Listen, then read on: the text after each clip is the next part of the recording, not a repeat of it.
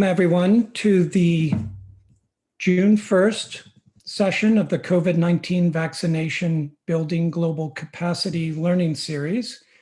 Today's session is focused on monitoring and evaluating COVID-19 vaccine introduction. Next slide. Just going to be running through a few housekeeping items. First is we have interpretation available today in French and Spanish. And you can access that through the globe icon that says interpretation below it at the bottom right of the Zoom toolbar. Next slide. Also, we really look forward to your questions and comments. Please put those in the Q&A feature just to the left of the interpretation icon. And if you have any IT issues or logistic issues or a question about the certificate of attendance, please put that in the chat. We'll be monitoring that as well. Next slide, please. Just to note that today's session is being recorded, as all the sessions in this series have been, and your attendance is consent to be recorded. We'll be sharing the recordings of the English recording, the French and the Spanish. They'll all be available. And those will both be available on the TechNet 21 website, as well as the special website for this series that Project ECHO is hosting. We'll also be offering a certificate of attendance through the University of New Mexico, where Project ECHO is based. We're a partner in this series. And we'll share a link in the chat near the end of today's session. You'll have 48 hours to complete a brief 3 to 4 minute survey. We really appreciate the feedback that you give us, and you'll get access to an instant certificate of attendance after completing that. Next slide. Just a note about data use. We take data stewardship very seriously, and all your individual data will be de-identified and kept confidential. What data is shared is all aggregated and de-identified. Next slide. Just to note that this live interactive learning series that started in February is building on the Open WHO COVID-19 vaccine trainings. There are 2 series, one on national deployment and vaccination planning, and today's session is complementary to that online series. There's also a COVID-19 vaccination training for health workers, and we'll share the links to those online trainings in the chat as well. Next slide. With that, it's my pleasure to hand over the mic to Shalani Desai at WHO. Shalani. Hi, thank you so much, Bruce, and welcome to all of our participants. I'll be going through the announcements, the agenda, and our learning objectives for today. Next slide, please.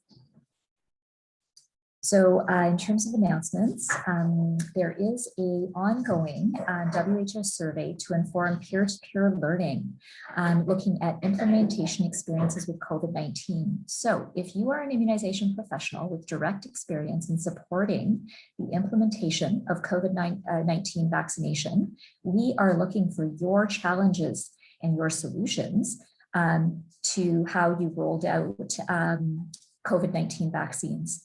The survey itself can be found on our TechNet website, and it's available in multiple languages, and it's open until June 4th, so just coming up. So for anyone that's interested, please go ahead and add things there. There are prizes for anyone that's interested. Next slide, please. So our agenda for today is to look at monitoring and guidance tools, as well as interaction reviews and COVID post-introduction evaluations. What are they? How are they conducted, and how lessons learned are being shared. We'll then finish with what's next and our question and answer period. Just a reminder, as Bruce mentioned, please feel free to put all your Q&As in the Q&A box on that bottom bar. Next slide, please. Our goal for today is to provide an overview of the tools available for monitoring and post-introduction evaluation of COVID-19 vaccination.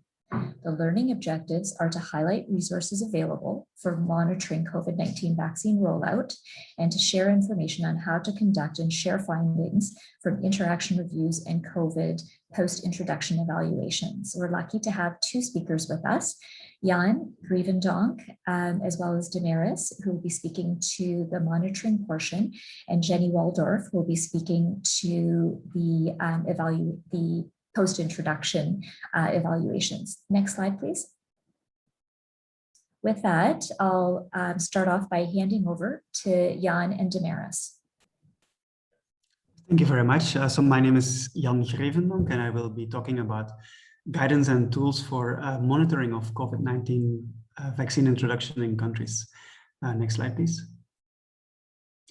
So first of all, we have to ask ourselves, so why doing all this effort and of the administrative effort of documenting, reporting and monitoring vaccination rollout? And I put a number of reasons there that might be valid for you or not, but just to go over that, the first reason and the most important one would be to look at progress, kind of the speed of introduction, and to be able to detect any issues as they arise and take corrective actions as needed. For example, if we see that the rollout isn't going as fast as we wanted in certain priority groups, we can still do something about it as the vaccination rollout is happening. The second objective would be to monitor equity and outcomes. So making sure that the rollout is not just speedy, but also kind of is equitable across regions, across sexes, across populations in the country. The third one, which is a bit specific to COVID, and this is because vaccines are not sufficient for demand as for now. And this is to make sure that the at-risk groups that we prioritized in the national policies are indeed vaccinated first ahead of the general population. Fourth, to make sure that individuals who are vaccinated get a personal vaccination record that they can use not just for health reasons. So for example, make sure that the second dose is given on time, but also for occupational, educational and travel purposes. So the kind of certificate function of that.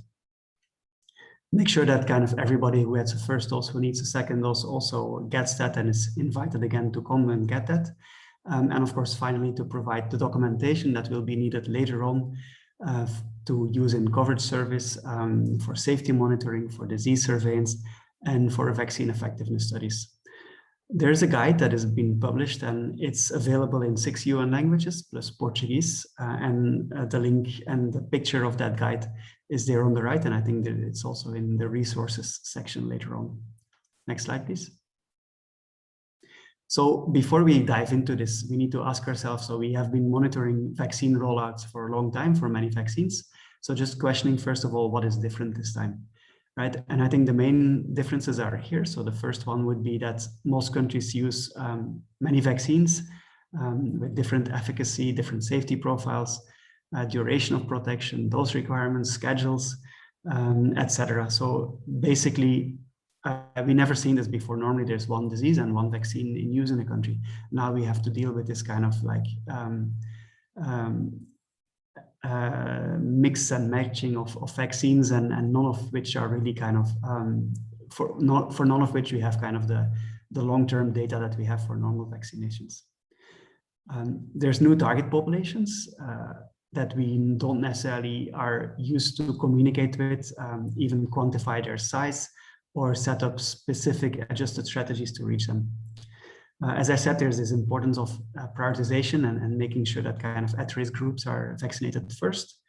And we have to live with this ongoing uncertainties around the duration of protections, about future mixing and matching of vaccines, or even the long-term strategies to control the COVID-19 vaccination pandemic. So will this be kind of seasonal vaccination or routine services? We actually don't know. The next slide, please. So before you set up, or as you set up a system to monitor the rollout in your country, I think you need to think about which data are useful in your country. And we try to kind of summarize it a little bit in the guide, but just to come up here a bit with a list of the levels of detail or the levels of disaggregation, as we could call it, for vaccinations, but then also for other data. So for uptake and coverage, or the vaccination data, I think It will be needed by vaccine product, given that these vaccines are often quite different from each other. Then there's the risk considerations, so making sure that we can monitor the uptake by health workers among older people, people with conditions, or people living in certain settings like long-term care facilities that we have prioritized, and we want to see if these populations are really protected first. And then second, kind of a number of equity considerations, so also kind of vaccination by sex, by geography, and any other dimensions that may be relevant, for example, socioeconomic, poverty, ethnicity, etc.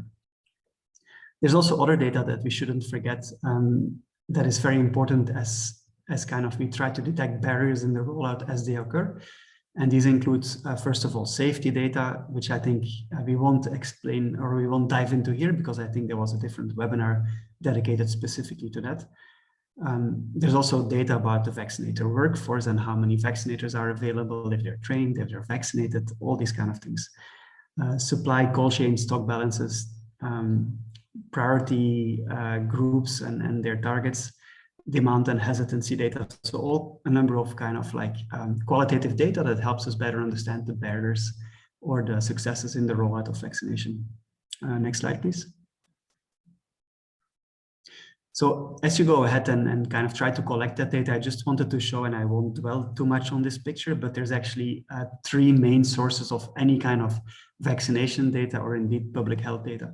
And the first source on the left there, that's routine monitoring, what we call that. So kind of the administrative system or the facility report. So everything that is being reported from health facilities that could come through monthly reports or through an HMIS or through an electronic immunization registry, but reported by the nurses or the clinicians that actually provide the service.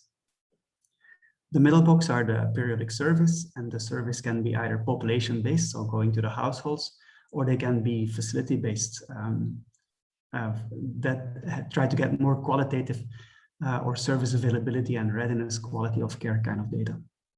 And the third bucket here is surveillance, which of course is also very important within COVID. So not just for the number of COVID-19 cases, but also the adverse events and the safety signals. So in this webinar, if you click one more, next slide. In this webinar, we will talk mostly, next slide, please. We will talk mostly about that left box. So the routine monitoring, focusing on the facility reports and what can be done with those, as those are kind of the first and the most immediately available data that we will have. Service might be a little bit down the road too. Next slide, please. Just to say that a monitoring system can take two forms, two shapes. Most countries use something like what we would call an aggregate reporting system, which is depicted here in the left of this picture, which basically means that service providers record and tally vaccinations and then do a periodic activity report to a district. In that district, the data is then often entered into a central database or an HMIS, an health management information system, and kind of reported up the chain, right? The other kind of model that we have would be an electronic immunization registry, in which directly at the service delivery point, so the clinician or the provider enters the immunization records or the personal vaccination record directly into a central system or an electronic immunization registry. So those are the two models, and either way they provide the same information. And basically, I think countries will have to just consider what they have already and use that for the best use for COVID-19 vaccination monitoring. But in either way, there will also be paper records that are still there and useful. And these paper records include something like a home-based record or a vaccination card, facility-based records or a facility-based registry or a register book. And then for the aggregate reporting systems, you also need tally sheets and reports. And then finally, there's kind of course, digital systems here that can help with any of that. So we will first start with a look at kind of typical or kind of proposed paper-based tools. And for that, I'm going to hand it over to Damaris, and then we'll come back to the digital systems after that. Thank you, Jan. You can go to the next slide. Hi, my name is Damaris, and I'm from Sonder Collective, and this is the paper-based tools that we've been kind of working and like to kind of mirror some of the electronic medical record that has been designed so far. And for this effort, we have designed the 3 elements that Jan just described: the home-based record, the register, and talent reporting sheet. I personally have been working paper-based information systems. So for me, when COVID hit it, I think, we've been kind of leveraging a lot of years of research through physics, and we wanted to provide the same experience in some of these paper tools. And I'm going to go through them very quickly, just for you to get a sense of what they are and what is the support that it can bring to health workers. So if we go to the next slide, I want to start with the home-based record.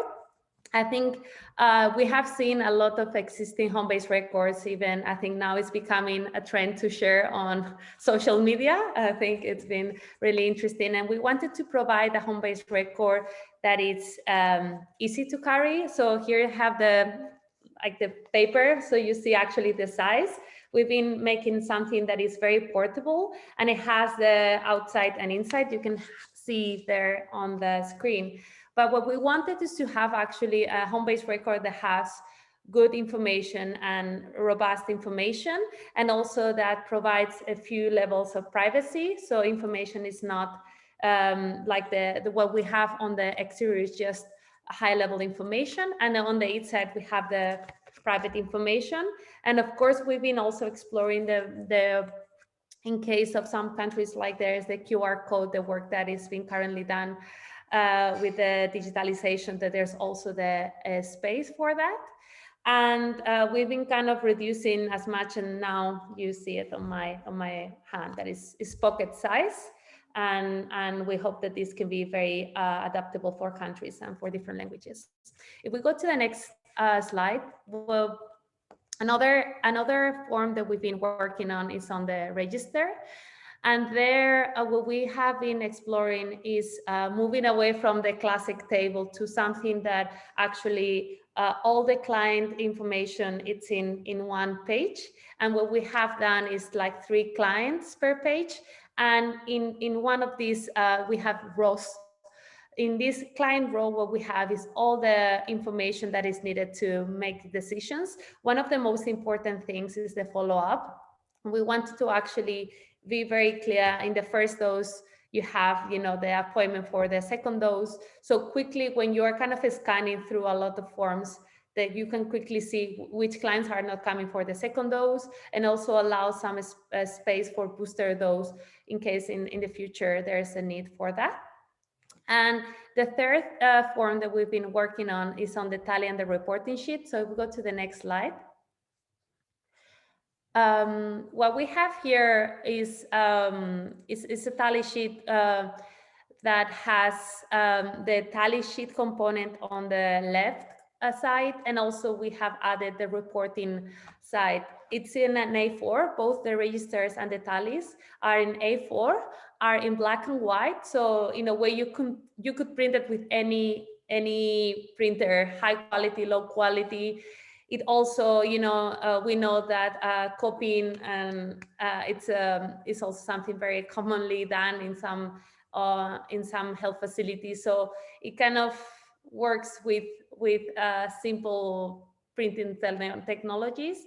And here what we have now, you can see a version that is actually age, sex, division, and dose. But we also have actually one version with pre-existing conditions as well. So what we want to provide is a few tally sheets, and maybe you choose the one that it would be more suitable for your needs. So and then what we do is like we have the tally, and then at the end of the month, you actually count the final numbers, and then the report you can actually separate and send to the district to be digitalized.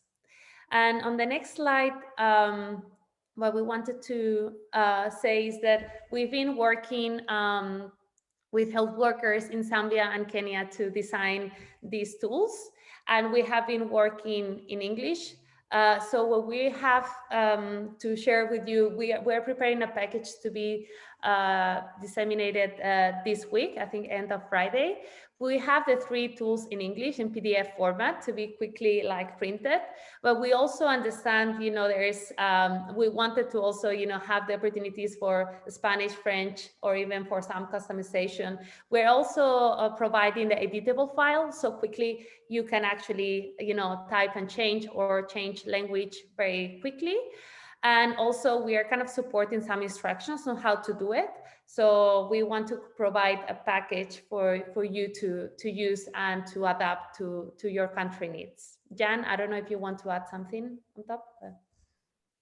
No, thank you, Damaris. Maybe just to say that these are basically design IDs that are developed by Sonder, Damaris and her team, based on experience with vaccination. We don't want to mandate any kind of format, but these are kind of IDs that you can take up for your country and adapt from there. So I thought it was a very nice work and wanted to share that with everybody. So thanks, Damaris. Next slide, please. So after the paper tools, there's of course also digital tools that will be relevant in kind of COVID-19 vaccination. And I just wanted to highlight 3 things. And the first thing is that for countries that use DHIS2, so DHIS2 is a system for health management information systems. There's modules for COVID-19 already, and those includes aggregate reporting and a dashboard, as well as electronic immunization registry module or solution, an AFI reporting tool, and a COVID-19 case reporting. The second thing I want to highlight is you might have heard also about electronic vaccination certificates. So that's actually a bit of a hot topic right now.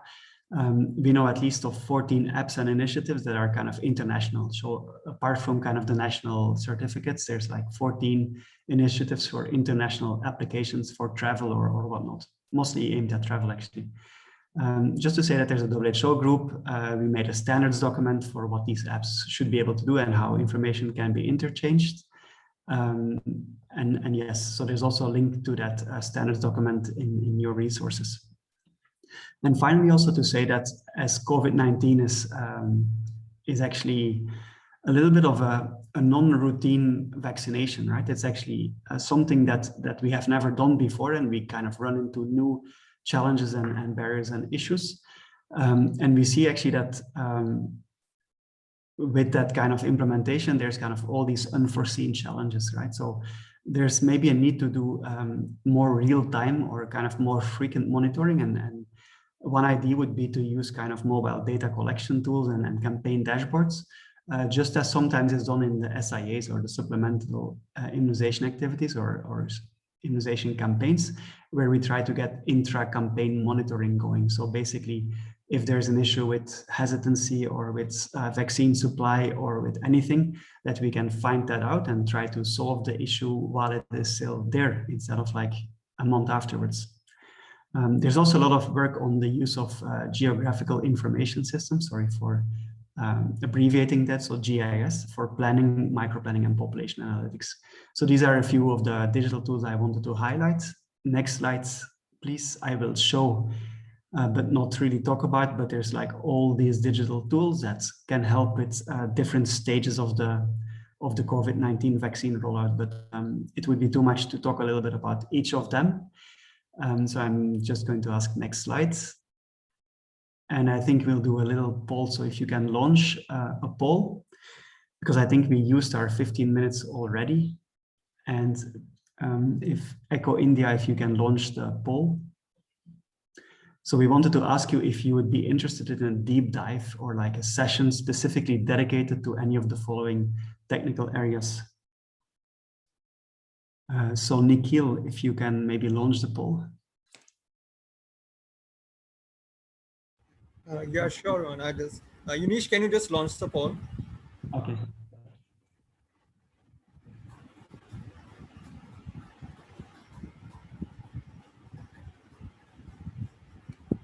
Yeah, so here's a little poll. So, and we've been thinking about these additional or follow-up webinars or learning opportunities, and we would like to find out from you what would be of interest to you.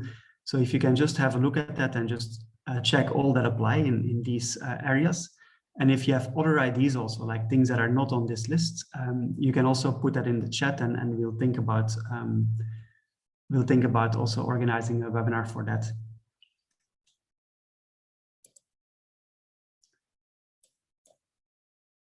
All right, so I think people are voting, so we'll not open it too much or too long, because I think we need to go on with the webinar. But if you can vote for any of these things, and then whenever Unish, you see that there's a sufficient number of people who have voted, or at least, like 50%, maybe we can close the poll and show the results.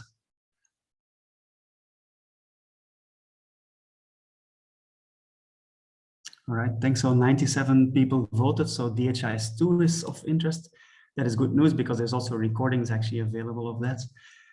Use of electronic immunization registers, electronic vaccine certificates, the user-centered paper-based tools, a bit less. Real-time monitoring is the winner, I guess. 61% would like to find out more about that. And then global data analysis as well.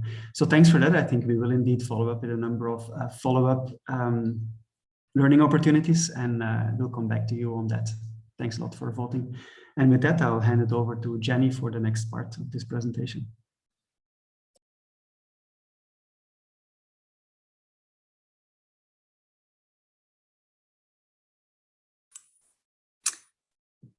Good morning, afternoon, and evening. So I'm going to be talking about the two forms of post-introduction evaluation, the interaction review and the Cpi. So we could go on to the next slide. So I'll start by looking at a timeline of these two types of post-introduction evaluations. The mini Pi and the classic Pi is how we'll refer to them. You'll see the figure shows a sort of hypothetical country rollout situation where the orange and blue bars represent doses of vaccine arriving in the country, and then the dashed lines, doses of vaccine of two different types administered. And so in this hypothetical situation, you see the rollout starting in March, and then in the early phase of introduction, we recommend this mini Pi, also known as the COVID-19 vaccination IAR. And I'm going to spend a lot more time talking about what is the IAR. And in the mid to long-term phase, which we're defining as 6 to 18 months post-introduction, we are recommending the classic Pi, the classic COVID Pi, which many of you may be familiar with, since we've recommended this in the past for new vaccine post-introduction evaluation. And one thing to highlight here is that both for the mini Pi and the classic Pi, we recommend that those might be conducted more than once, especially for the mini Pi. And so you can see those arrows as examples of when mini Pis and Pis might be conducted.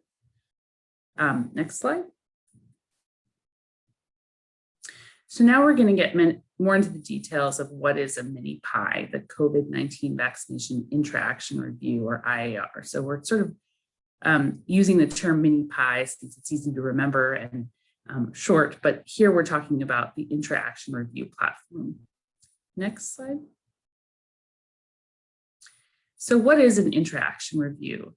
It's basically a country-led facilitated discussion that allows countries to identify best practices, gaps, lessons learned, and also to propose corrective measures to strengthen the rollout. And so the IAR was developed to address issues for the entire COVID-19 response, not only vaccination. It's a broader activity where vaccination can be addressed within that. The right side of the slide shows some of the key characteristics of the IAR, and we'll talk more about those in the next few slides. Next slide. So in terms of the IAR scope, as I mentioned, the IAR can address all of the different pillars of the COVID-19 response, and there are 13 pillars shown here, as well as other topics and cross-cutting issues. Pillar 10 is vaccination, so that's where we're focusing today, and that's what we're referring to as the mini Cpi, the vaccination pillar. In the past, and still, countries may choose to conduct an IAR that covers multiple pillars, but for vaccination, given that it's a a fairly complicated rollout. We sort of expect that countries will be conducting a standalone IAR related to vaccination where they focus in on vaccination issues. On the right side of this slide, you can see some possible situations where a mini CPI would be considered. And so it depends entirely on what the country would like to address at the time they're conducting each mini PI. And so those might include a new vaccine product coming into the country, a specific success or challenge that the country wants to review, a specific program area, a new priority group being where the rollout is going to address a new priority group or low demand in a group. And of course, there are many more. This isn't an exhaustive list. Next. So the COVID-19 IAR package includes a set of guidance that's available at the website at the bottom of the slide. And that was developed July of last year. And more recently, there's an addendum that has been added from April with additional guidance and information. And then a whole suite of tools and templates. And many of those tools and templates in this list are generic, again, covering multiple pillars.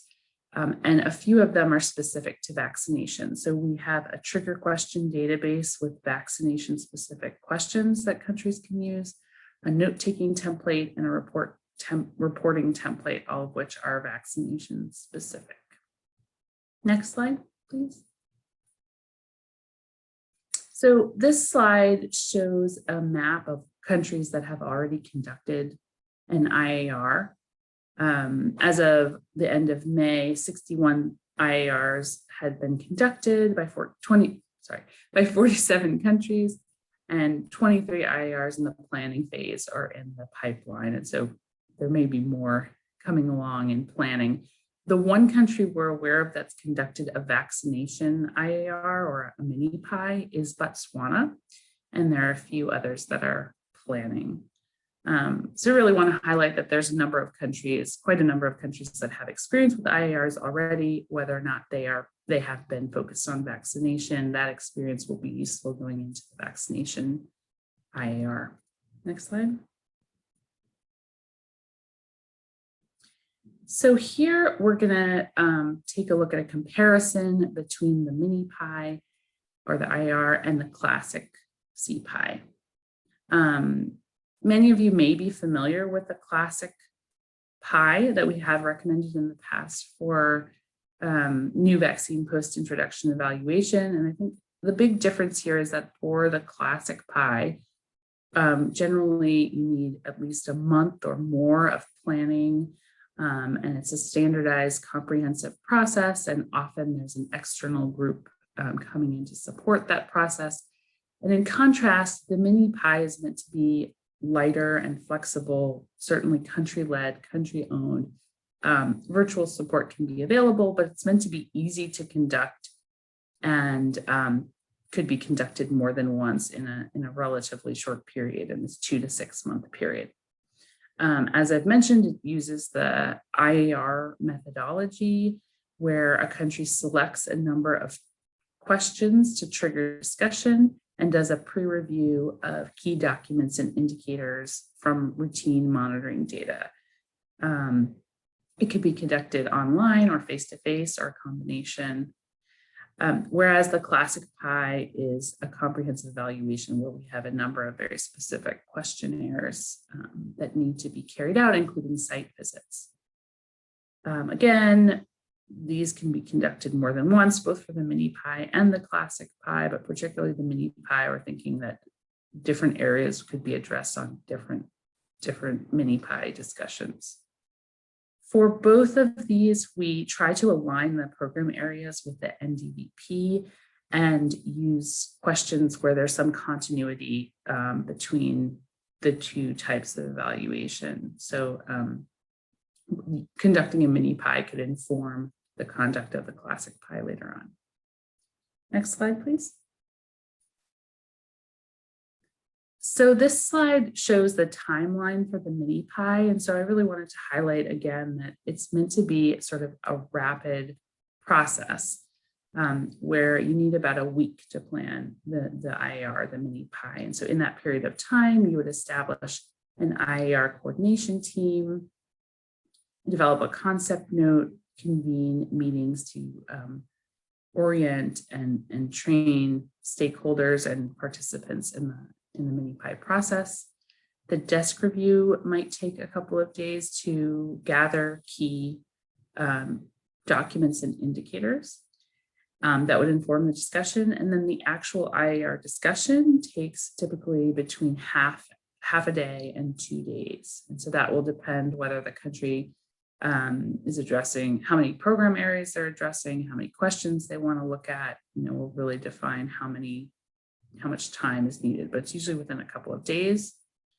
We recommend that the report be finalized within about 2 weeks after the discussion, and that the follow-up on the activities that have been prioritized happen within that time and ongoing. Next slide. This slide just notes some other considerations a country might have to add on to the mini PI. So these are not required. For example, site visits, key informant interviews, observation of vaccination sessions and storage, an online survey could be included as part of the IAR discussion, a more expanded desk review. Some of these are elements you would recognize from the classic PI. And so we just want to note that a country that has the time and the resources and wants to dive deeper into a certain area where they want to have more data to inform the discussion, certainly this is possible to make that mini PI a little more data driven, but not required. Next slide. So now I'm going to turn to the classic PI, classic COVID PI, and much of the guidance from the post-introduction evaluation that you may be familiar with from other vaccines will carry over for COVID. But of course, given the specificity of the COVID rollout, there are some new elements that I wanted to highlight. Certainly the questionnaires themselves are very specific to COVID-19 vaccine. So we have 7 questionnaires as part of the classic CPI that cover all levels of the immunization system, as you would expect, the national, subnational health facility or site. These can be big health facilities or small vaccination sites. The storage observation questionnaire would be relevant for any level that is storing vaccine. And then at the facility or site level, the immunization session observation questionnaire and the priority group questionnaires will be important. The priority group questionnaires, we have one focusing in on healthcare workers, and then also other priority groups. And here we need about a month or more time for planning and coordination of the classic PI. And we expect, as with prior new vaccine PIs, implementation taking place over about 10 days because you need to have time for site visits. And so the classic PI we have not published yet. It's in a pre-final stage. We're taking additional time to program an ODK for countries that would like to conduct this in electronic form, which I think would be very helpful for COVID vaccine, given all the products and populations that are being addressed. We're also translating and doing pilot testing in the next couple of months. Next slide. So as in the past, the methods for the classic CPI include purposive sampling. So meaning that the sites that are selected are not meant to be statistically representative. Here, and this is included as part of the CPI guide, we recommend a minimum number of interviews at different administrative levels of the immunization system. And although it's not meant to be statistically representative, a statistically representative sample, we do recommend that countries try to include sites as much as possible that represent the different types and sizes of vaccination sites, the different populations being served, so that you get at some of those different aspects, different challenges that might be happening at different sites. Next slide. So we're also working to support countries and share lessons learned. We're expecting in the next few months that the mini pie is the form of the pie that will be most used. So we're focusing in on that at this time. Orientation and training for facilitators is available to countries who may need it for the mini pie, especially. And we're also tracking country plans for mini pies and coordinating partner support, both for mini pies and classic pies. So there we want to keep track of what both countries and partners are planning to avoid duplication and also fill gaps if there are countries that need some support and partners that have available resources to contribute. So if you are associated with a country or an implementing partner or funding partner, please reach out and let us know what you're planning, and we're happy to know and to try to make connections where needed. In terms of sharing of findings, we think this is really important for peer learning. We're proposing to use the TechNet site as a location to post findings as countries share them. And countries that do share findings will receive a WHO certificate of completion to acknowledge their achievement and their contribution to peer learning. We're also going to be hosting Cpi Clinics about monthly. Those are intended to provide a forum for countries to share findings and experiences and to address, they could address a particular theme or challenge that is common across countries. We have not started these yet. We will as soon as we have about 3 to 5 countries that have conducted a mini pie. And we'll continue to sort of advocate around these activities. We would love to support countries to publish pieces reflecting their findings and achievements around the COVID vaccine rollout. We'll also keep countries aware through the WHO representatives in terms of key messages being available around mini pies and key findings. And next slide. So the next slide you'll have as a reference the available resources. These are specific to the Iar or mini pie. As I mentioned, the classic pie tools haven't been published yet. If you have questions about the classic pie tools, you can reach out to me and I can give you some information on that. These 3 websites, the leftmost one is the generic IAR website that does include also the vaccine specific tools as well as all of the suite of generic tools. And then the center website is the WHO COVID-19 vaccination toolkit, which includes links to the COVID-19 vaccination specific trigger question database, note-taking and report templates. We also have a link to, we conducted a prior webinar, 90-minute webinar just on mini pie, and the links to those materials are there as well. And there's a prior IAR webinar that's on Open WHO on the 3rd link on the right. So next is the last slide. If you have any feedback or questions, hopefully we'll have time to address some of them in the session in a minute, but you're also welcome to reach out to me. And also listed are my colleagues Landry and Cindy from the IAR team who are available for questions as well. Thank you. Jenny, thank you so very much. And thank you to Jan and Damaris as well. If we can go to the next slide, please. So we'll just go through, next slide, please. So the webinar materials are available through TechNet. And if you would like to continue the conversation, as you know, we have our Telegram groups in both English and French on TechNet, and there's a forum there as well. Next slide, please. As far as our ECHO webinar series goes, we have our last one of this series that will be hosted on June 15th on adaptive leadership for COVID-19 vaccine introductions. And I would encourage you all to sign up for that. Next slide, please. So thank you very, very much to everybody for participating. We'll just go into a question and answer period now. And I see that we do have some questions that have been asked in the question and answer tab. If you have other questions, please feel free to enter them here. The first question is for Jan and Damaris.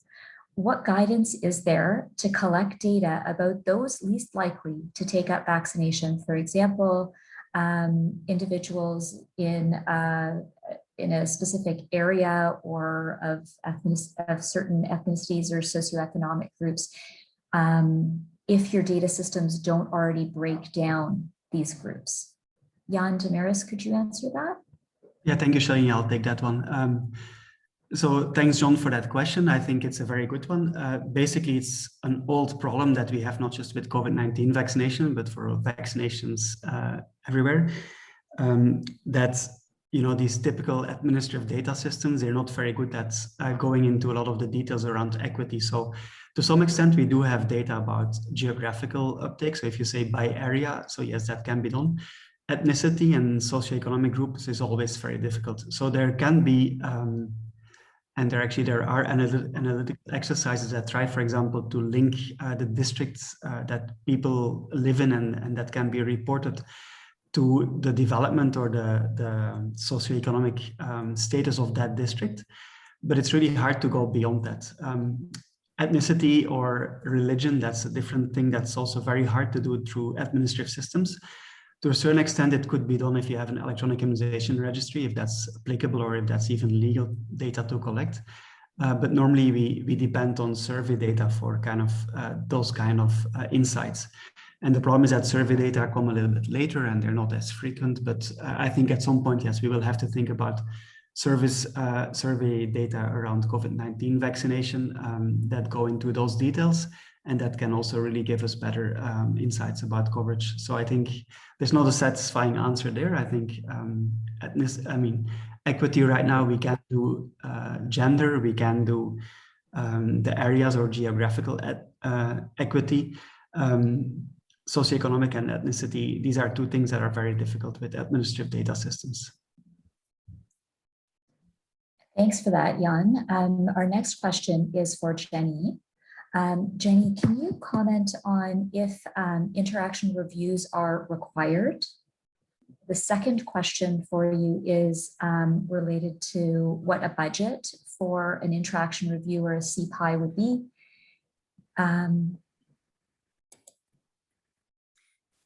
Go ahead, Jenny, sorry. I was gonna add a third question, but I'll come back to that. Okay.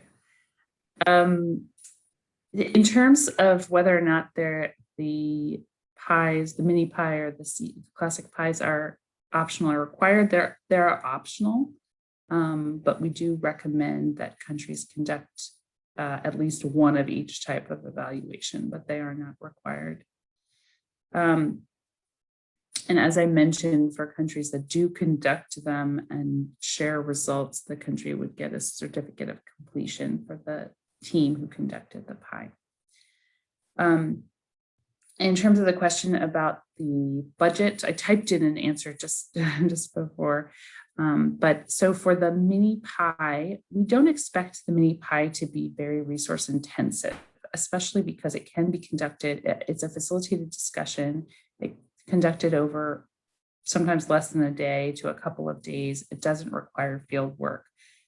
So really, and many countries have used a virtual platform to conduct. So it could be as little as just a few $100s to some countries have spent more just in terms of the meeting venue, holding the meeting. The classic CPI, the budget is expected to be similar to what CPIs have been in the past for prior vaccine introductions. And of course, there's some range anywhere between, let's say, $10,000 and $40,000, a typical budget for pies. It may be less expensive in the setting of COVID because field work and the size of the team would be expected to be smaller. So I think we're thinking closer to the $10,000 mark, but it remains to be seen as the CPIs are conducted exactly what the common budget is for those. And is there a third question? There is, but actually I'll ask one more question to Jan, and then I'll come back to you if that's okay, Jenny. Jan, there's a couple of questions related to vaccine passports in the question and answer. And the question really is around, will these be required? Do you have any thoughts or insights into that? Yes, just to say that this is not an easy topic, honestly. So first of all, WHO is advising or is recommending against making vaccination a prerequisite for international travel. And why do we say that? Well, first of all, there's still a lack of evidence about, the efficacy of vaccines to cut off transmission, and also in the light of the new variants. But the second reason is probably the more important one. It's about equity, right? And as long as there's no equitable access to vaccination, I think WHO is against having a world with two speeds where vaccinated people can travel and unvaccinated people cannot travel. That being said, we are developing standards for such certificates, and actually, like, if these certificates would be around, then you should see them as kind of risk mitigation certificates, where it's either going to be vaccination status or test status or recovery from previous disease. So these three things together. And to be honest, regardless of WHO recommendations, we see that a lot of member states have actually started to implement or will implement shortly these kind of requirements to have like a certain kind of, let's say, a health passport or a health certificate. And then what we will try to do is make sure that the access to those health passports is as equitable as possible. So of course, it will depend on the countries that receive or that actually verify the passports at entry to say what is actually going to be an eligible vaccine. So which vaccines can be included. And of course, the WHO will say at least emergency use licensed vaccines should be good enough to provide entry or to be on that passport. But this is something that basically member states or regions like the European Union can decide and will decide for themselves.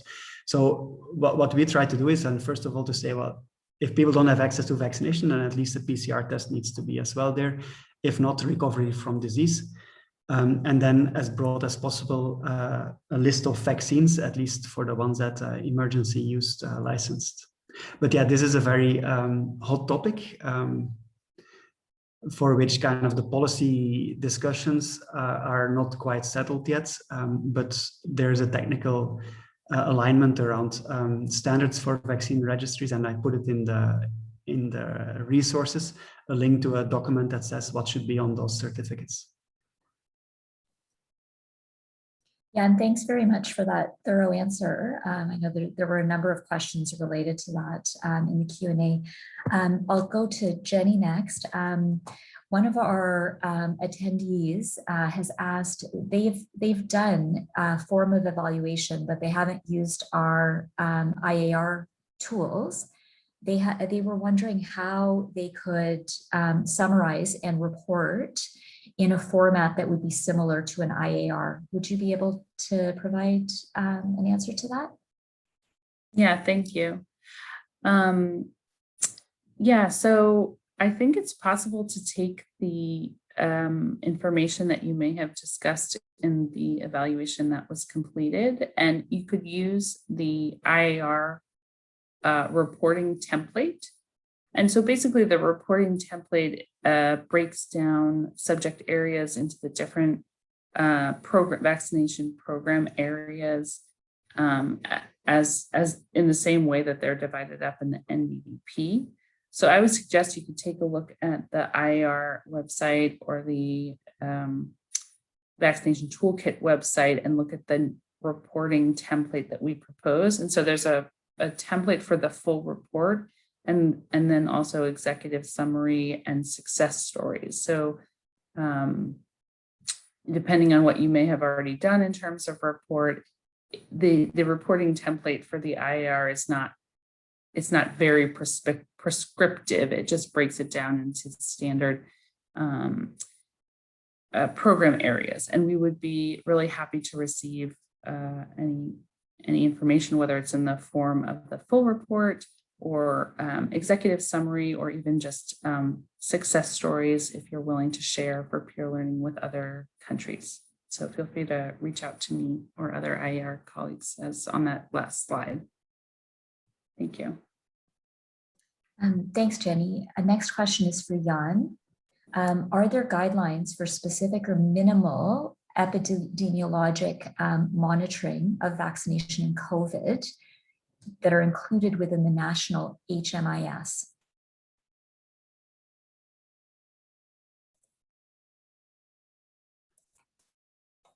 So specific, sorry, I didn't get the question entirely. So specific questions for? Sorry, the question's for you, Jan. Are there guidelines for specific or minimal epi monitoring of vaccination or COVID for national HMIS? So for national HMIS, so this is included in the guide, and basically what we try to do is have like a recommendation or requirement, if you want to at least look at vaccination among health workers, among older people, and health workers among older people, and then by sex. So these three things are kind of the minimum recommended dimensions of disaggregation. So we also kind of see the value in doing that, if possible, among different age groups with kind of even more detail than just say one cutoff, older versus younger people, for which we recommend like 60 as a cutoff point. But then there's other considerations that can be made. For example, if you're able to do it in at-risk populations, for example, people with a pre-existing condition, that could also be useful, but this requires a little bit more sophisticated systems to be able to do that, as well as people living in certain at-risk settings, for example, in long-term care facilities, in prisons and these kind of things. For the rest, yeah, so we really have to be careful about what can be done through an HMIS. So every kind of additional disaggregation really adds a lot of complexity, because really what you do now is you ask healthcare providers to carefully separate that according to all these dimensions. And you've seen from the tally sheets that this really becomes very complex, even if you only have 3 dimensions. So I think more can be done if you have an electronic immunization registry, possibly, but I think we'll have to be a little bit pragmatic with what can be done in HMIS. Great, thank you, Jan. The last question will go to Jenny. And Jenny, do you know what the timeline is for the availability of the Cpi tools? The Cpi tools should be available within the next few weeks. And if there's a specific question about the tools or a specific tool that someone might want to take a look at for planning purposes, feel free to reach out to me and I can give you an update on the timeline, but we hope to have this cleared and published within the next few weeks.